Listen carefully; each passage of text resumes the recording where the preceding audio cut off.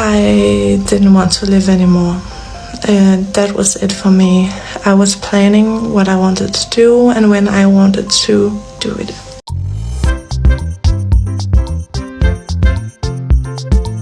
Assalamualaikum warahmatullahi wabarakatuh. Ketemu lagi di channel Adama Entertainment, channelnya tentang video Islam dan juga kisah mu'alaf. Sebelum mulai, jangan lupa untuk like dan juga subscribe ya. Tanpa panjang lebar, ayo kita saksikan. First question in my journey to Islam is why I even become religious. I come from a family which is not religious at all. They are Christians, but we have never been focusing on religion at all, so that makes it more absurd that I suddenly converted to Islam. The reason why I suddenly became religious was because I was having a really hard time. 2 years before I converted, I was in a relationship where there was psychological violence and in the end physical violence too. So in that period I also found out that I got the mental disease bipolar, and after the traumatic experience with my ex-boyfriend, I also got PTSD. I struggle with my psyche, my ex-boyfriend, and the feeling of not wanting to live anymore. I did everything to try to get better. Among those things, I moved to a smaller town where I could try to find myself again. However, it didn't work out, and New Year's Eve 2021 to 2022 I didn't want to live anymore. That was it for me. I was planning what I wanted to do and when I wanted to do it. So I chose to go to the hairdresser before it all happened, and I met this amazing woman. She was a convert to Islam, and she told me how she felt about the religion, and I thought it was beautiful.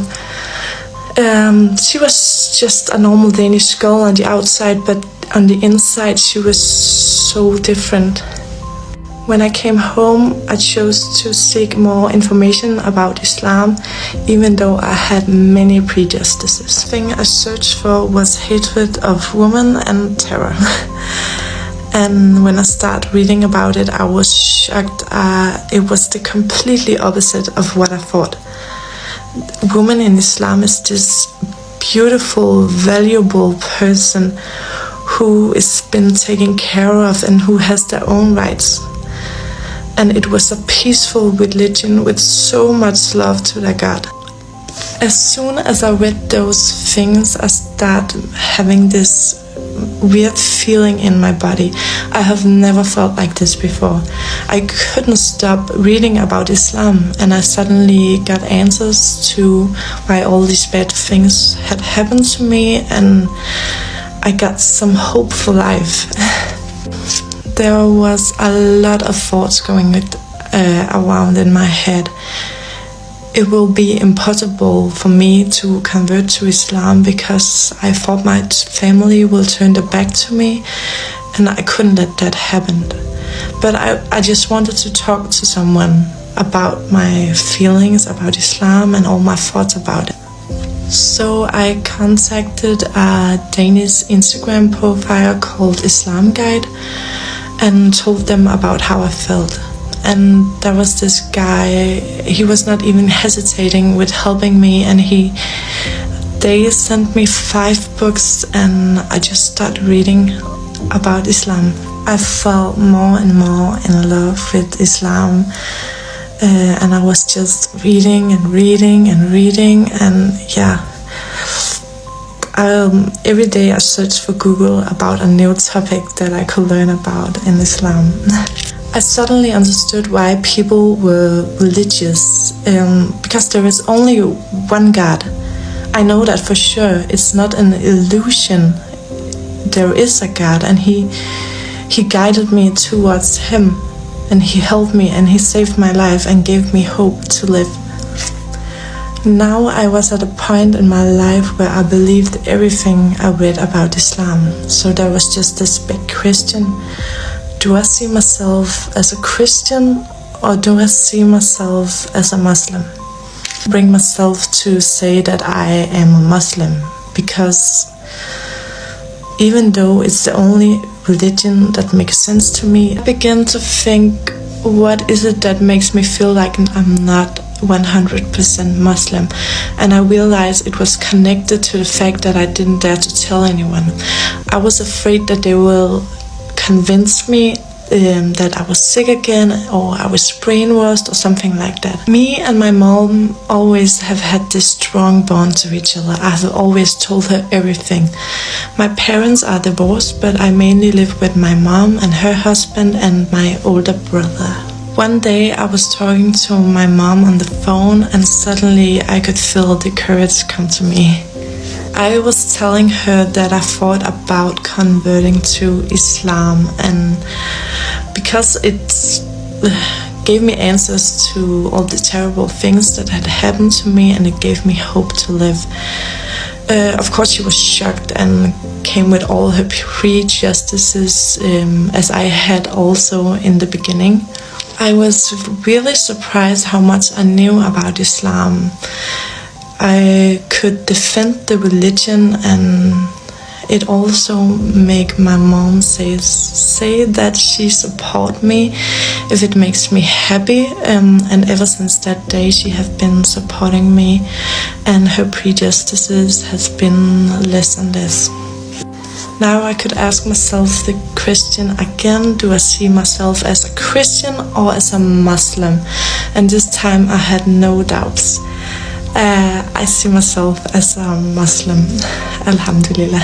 So I stopped eating pork, and I tried to peel off that shell that I've been building up to take care of myself. I tried to treat other people better and talk nicer to people. I told my mom's husband about I converted, and my best friend, my brother, and my grandmother, and I was surprised how nice they took it. But of course they also knew what I've been through the last 2.5 years. Now you're probably thinking, what about my father? But for me it was impossible to tell him, because I knew he wouldn't understand. So I moved back to the town I lived in before, with a lot of new energy.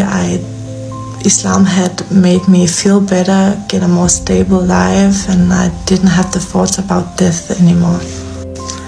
We now entered the month of Ramadan 2022, and I felt so alone. I didn't know how to celebrate it at all. So I joined a Facebook group for Muslim girls in my city, and I saw a post about some girls meeting for iftar.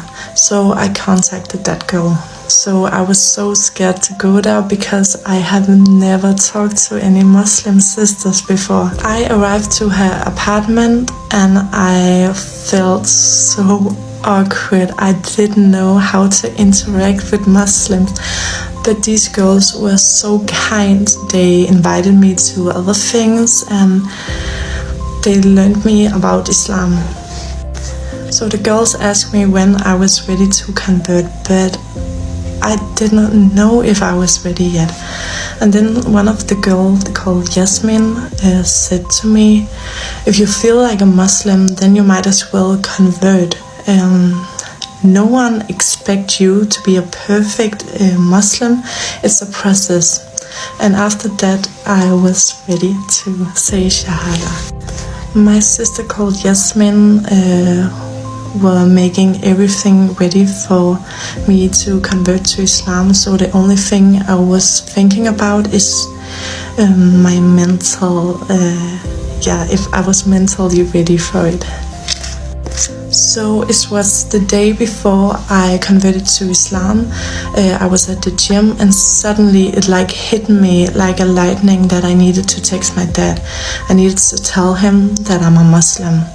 And he replied that we don't have to agree on everything, and he will love me no matter what religion I have.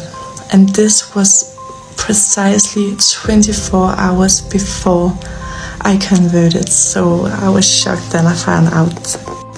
My sisters Yasmin, Khadija, Rana, and Friede came with me to the masjid, and I said Shahada.